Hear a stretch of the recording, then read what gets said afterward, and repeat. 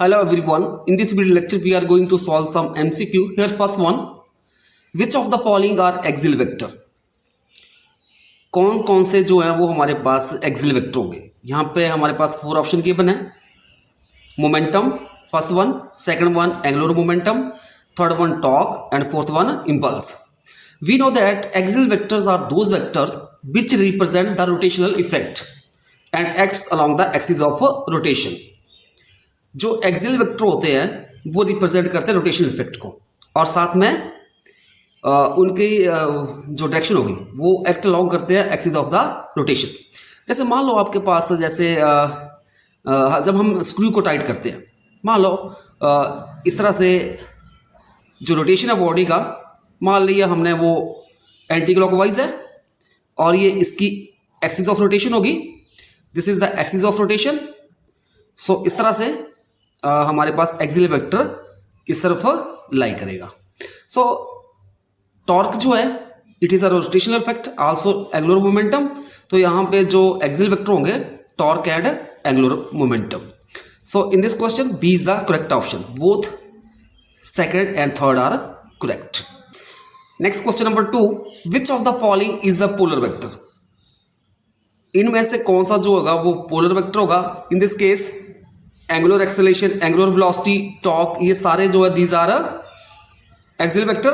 What हमारे पास जो लीनियर मोमेंटम होगा it is a polar vector. So here D is the correct option. Next question number 3, angle between two equal vector is. दो vector equal है। दो vector equal कब होते हैं? जब उनका मैग्नीट्यूड और डायरेक्शन सेम हो, मतलब वो एक ही लाइन के ऊपर लाई करे। मान लो ये पहला वेक्टर ये आ गया, दूसरा ये, इस तरह से, तो इन दोनों के बीच एंगल क्या होगा? 0 degree. So here A is the correct option. Next question number 4, angle between negative vectors is. दो वेक्टर नेगेटिव वेक्टर कब होते हैं? अगर उनका मैग्नीट्यूड सेम हो बट अपोजिट डायरेक्शन हो, मतलब ए वेक्टर इस तरफ लाई कर रहा है पॉजिटिव एक्सिस की तरफ और बी वेक्टर नेगेटिव की तरफ, तो इस तरह से ये हमारे पास क्या हो गया? नेगेटिव वेक्टर, और इन दोनों के बीच एंगल होगा this is 180 degree. So here D is the correct option, 180 degree.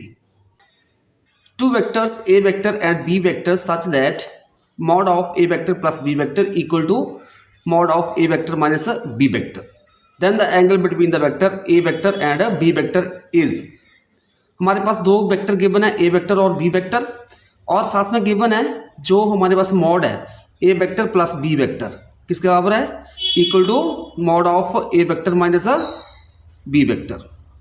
अब mod of A vector plus B vector ये आ जाएगा हमारे पास A square plus B square plus 2ab cos of theta, and this is equal to mod of a vector minus b vector is a square plus b square minus 2ab cos of theta।